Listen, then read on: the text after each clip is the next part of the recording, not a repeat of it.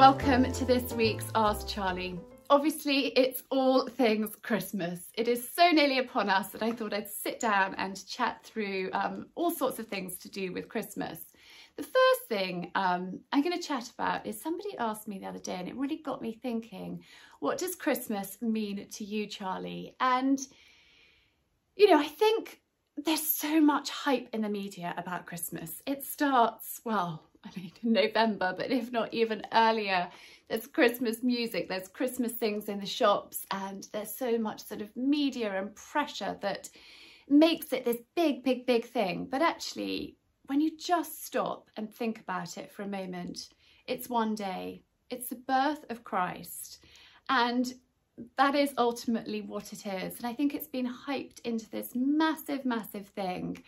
And, you know, I love Christmas. I love the holidays. I love the traditions. I love celebrating. I love the food. I love, you know, so many different aspects, but there's so much pressure. And I think sometimes we need to just stop and remember and think, you know, what is this all about? I think we can be swept away and get carried away with all of the pressure, and that everything's got to be perfect and everything's got to be magical and everything's got to be wonderful. And actually it's about having a really happy family day as much as you possibly can. For many people, Christmas isn't a happy time. It isn't magical. It's not wonderful. There's not lots of presents.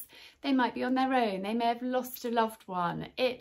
You know, actually can be a very sad and very lonely time for many, many people. And I think it's really important to remember that and to be, you know, thoughtful and caring and reach out to people that are on their own. And, you know, whether it's just a phone call, whether it's dropping a gift on their doorstep, whether it's inviting them to come and join you for your Christmas lunch, those small things go such a long way. And I think it's really important to remember that. I raise money through my Christmas course every year for Crisis for Christmas. As a child, my mother did a lot of work for Crisis, and we would go along and we'd help in the kitchen, we'd serve food, we'd be really involved. And I think Christmas is a time to actually think about others as well. Tensions can run really high at Christmas. I was listening to a podcast about somebody chatting through their past Christmases, and they weren't always happy.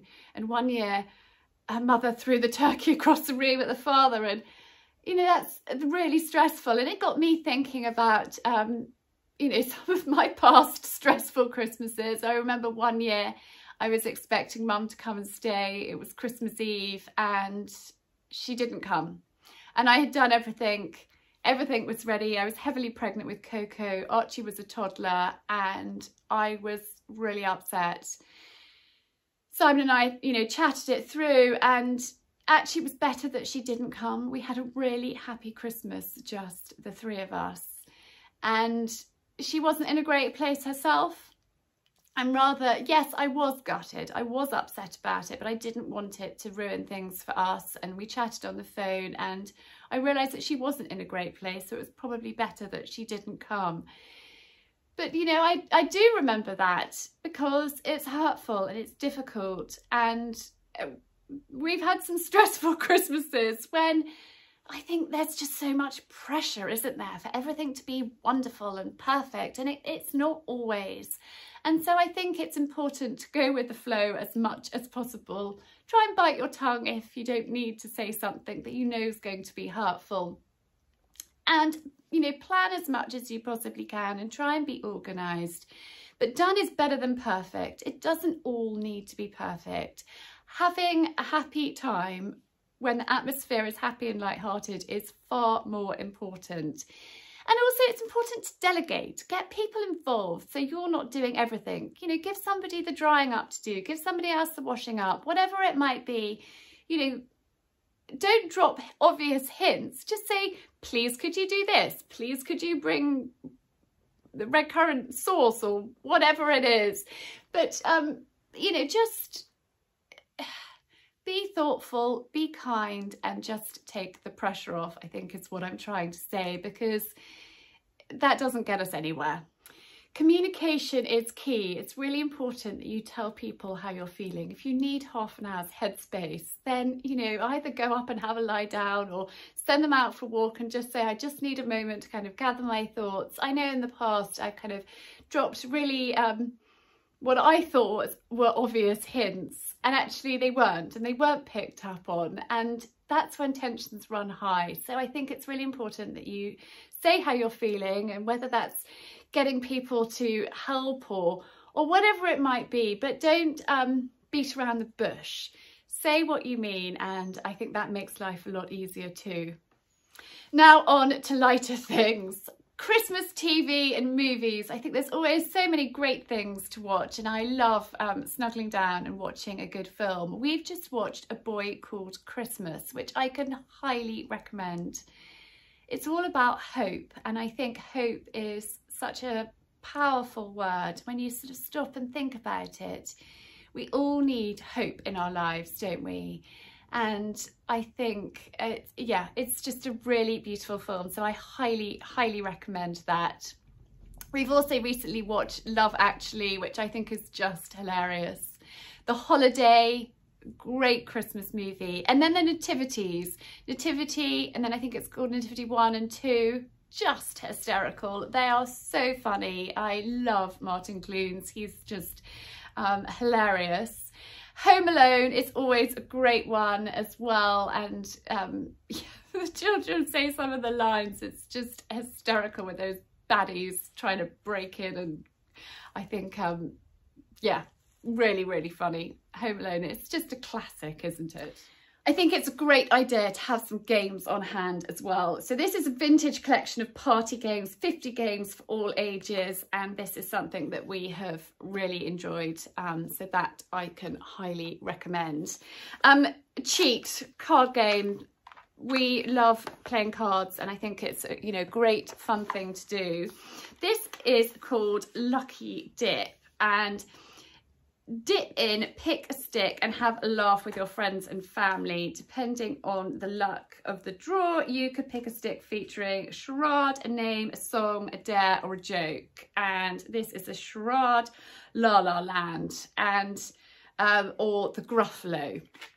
So there's something for everyone in there, and I think it's just really fun, particularly when tensions are running high and things are a little bit stressful. Let's play a game, and it just lightens the atmosphere. And gosh, tensions can run so high at Christmas, so it is important to kind of have a few tricks up your sleeve of things that you can just kind of whip out and say, right, let's play this. I've got some others down here to share with you. So double is great, and it's great for all ages. It's something that you could get a grandparent to play with younger children. It's a really, really fun game, and we thoroughly enjoy that. And it's something that I might take in my handbag if we're going out somewhere and I know there's going to be a kind of a wait for something, then you can just pull a game out, and rather than everybody getting bored and picking at one another, you can diffuse the situation with a game. Or I often have a pack of cards as well. Now this is called Games Room Sports Quiz, which is, great for the sort of sportier members of the family. And then this one is called True or False. So urban myths, truth or lies, believe it or not, fact or fiction, hilarious trivia game. And it's from sort of 8 to adult, and that is a really, really fun one as well. So I do think it's a great idea to have some games that you can just say, come on, let's play a game, and get everybody involved. Music is a really big part of Christmas for us, and I've put together a Spotify playlist of some of my favourite, which I really hope you enjoy. Some's really upbeat and makes you want to dance, and some of the other pieces are more reflective and just beautiful, beautiful music. So I really hope you enjoy listening to that. I want to take this opportunity to wish you a really, really happy Christmas. Thank you for all your love, support and kindness this year. I love the community that I have with Ask Charlie, and I just want to say a very big thank you. Happy Christmas, lots of love, and have a wonderful time.